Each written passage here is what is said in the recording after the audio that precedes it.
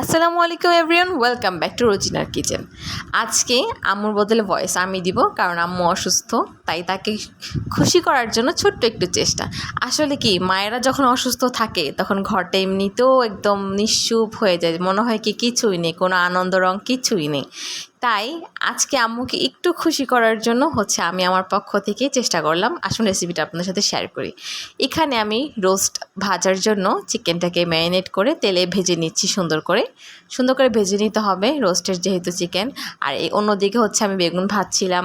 একটু বেগুন ভাজা আম্মু খেতে পছন্দ করে, তাই বেগুনটা ভাজলাম। আর রোস্টের জন্য আমি পেঁয়াজ এখানে দিয়ে ভেজে নিচ্ছি।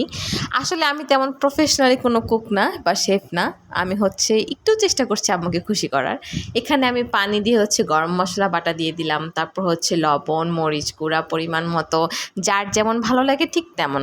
এখানে আমি একটু টক দই অ্যাড করে দিয়েছি। আমি একটু সুন্দর করে মশলাটা কষিয়ে নিচ্ছিলাম, একটু ধনিয়া গুঁড়া দিয়েছিলাম। অন্যদিকে আম্মু একটু উস্তা ভাজি খেতে পছন্দ করে, সেই ভাজিটারও প্রিপারেশন নিচ্ছিলাম। আমি চিকেনটা দিয়ে দিয়েছি, ডিম সিদ্ধ করে রেখেছিলাম, সেই ডিমগুলো এখন দিয়ে দিলাম, একে একে অ্যাড করে দিচ্ছি।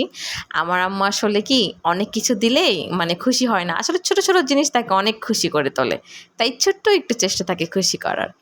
এখানে আমি ভাজিটা করে নিচ্ছি, দেখুন কত সুন্দর করে এটা তৈরি করে ফেলেছি। আমি জানি হয়তো ভালো, আমি শেফ না, আমি অত ভালো করে করি না, বাট নিজের মতো একটু সিম্পলি কীভাবে ভালো করা যায় সেটা ট্রাই করেছি।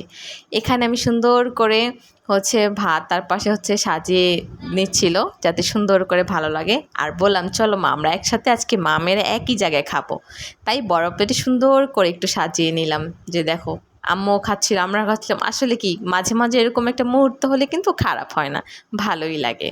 আসলে এই মুহূর্তগুলাই থেকে যায়। যে আমাদের গোলাপি আপা আমাদের সাথে ছিল, তাকেও দিলাম সেই বেগুন ভাজাটা, মেখে মেখে আমার মা খাচ্ছে, সবাই খাচ্ছে।